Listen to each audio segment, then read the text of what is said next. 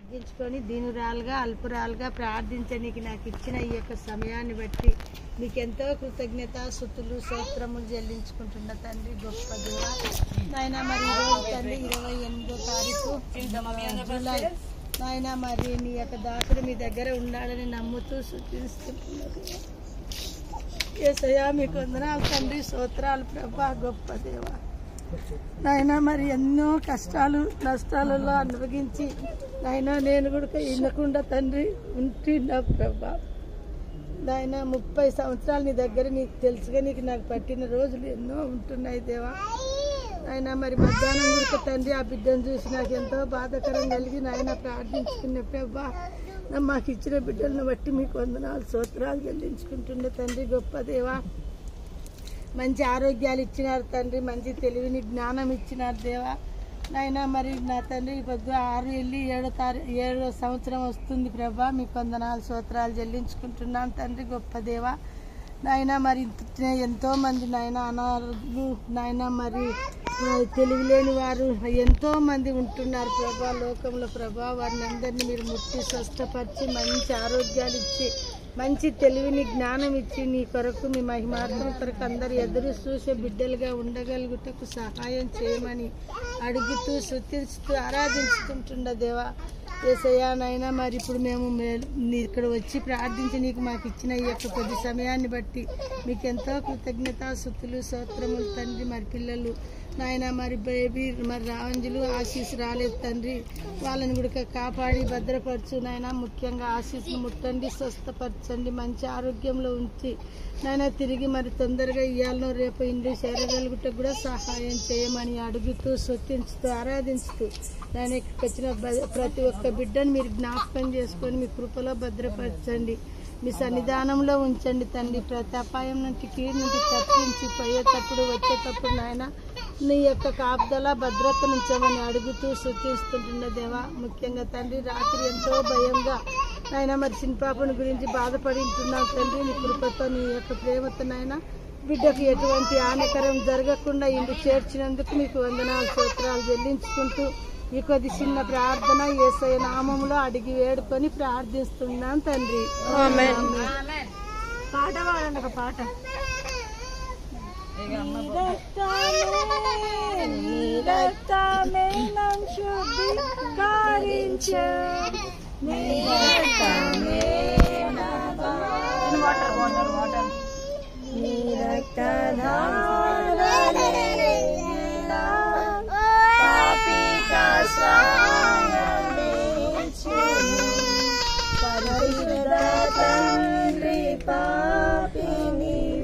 కడిగి పవిత్ర పరశుని పరిశుద్ధ కడిగి పవిత్ర పరశుని నీ రక్తమే నన్ను శుద్ధీకరించు, నీ రక్తమే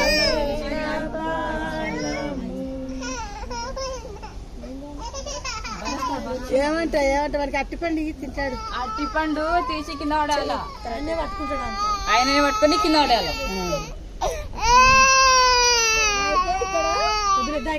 ఎన్ని సంపాదించినా ఎన్ని చేసినా కూడా ఈ లోకంలో అన్ని విడిచిపెట్టారు. ఒక 1 కోటి రూపాయల బిల్డింగ్ అయినా ఒక పెద్ద బెంజ్ కార్ అయినా విడిచిపెట్టి పోయేది. కానీ మన ఎంత వచ్చేది మన క్రియలు. సెల్ఫిష్నెస్ గా ఉండకుండా హెల్ప్ మనకి చేతనైనంత వరకు మనం హెల్ప్ చేసుకుంటా. ముఖ్యంగా మనకి రక్షణ ఉండాలి.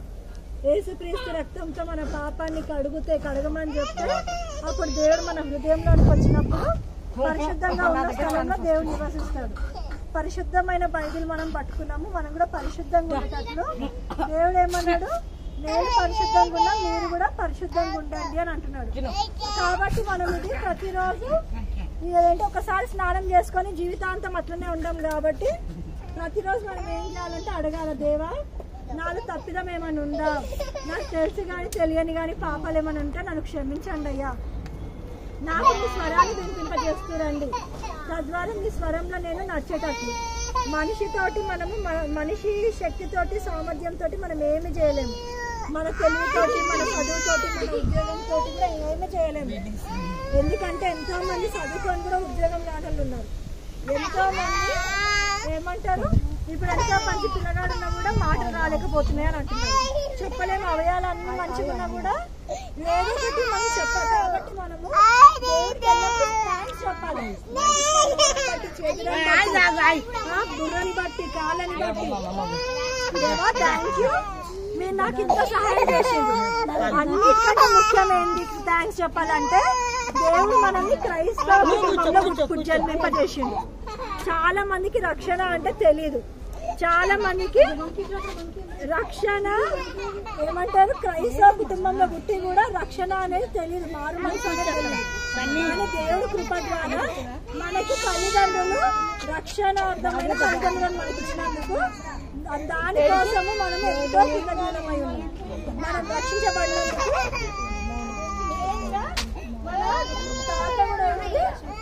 మా తాత కూడా రక్షణ ఆత్మల కొరకు ప్రయాసపడతా ఉన్నాడు.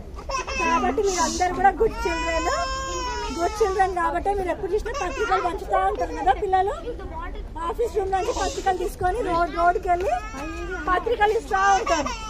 అట్లా మెయిన్ గా మనము ఈ రోజు నేను దేవుడి కోసం నేను ఏం చేసినా అని అడగాల. దేవుడు నేను చనిపోతే నేను ఏం చేస్తాను, నేను బట్టలు కుట్టుకుంటానా, ఇల్లు కడుతున్నానా, లేకపోతే ఇంకేమైనా తింటున్నానా కాదు. దేవుడు మనం ఏం చేసినామో మన క్రియలు ఎంట పడతాయి. ఇల్లు కట్టినా కదా దేవుడు, ఆ పైసలు బ్యాంక్ బ్యాలెన్స్ పెట్టినా కదా అంటే అవి దేవుడు ఏం పనికిరావు అంటున్నాడు. నీ చదువు పనికిరాదు, నీ బ్యాంక్ బ్యాలెన్స్ పనికిరాదు, నీదేం పనికిరాదు. కానీ నీ క్రియలు, నువ్వు దేవుడి కోసం ఏం ప్రయాసపడుతున్నావు. ఫస్ట్ ఏమన్నాడు దేవుడు, seek ye first the kingdom of God and all shall be added unto thee అని అంటున్నాడు. కాబట్టి మనము పరలోక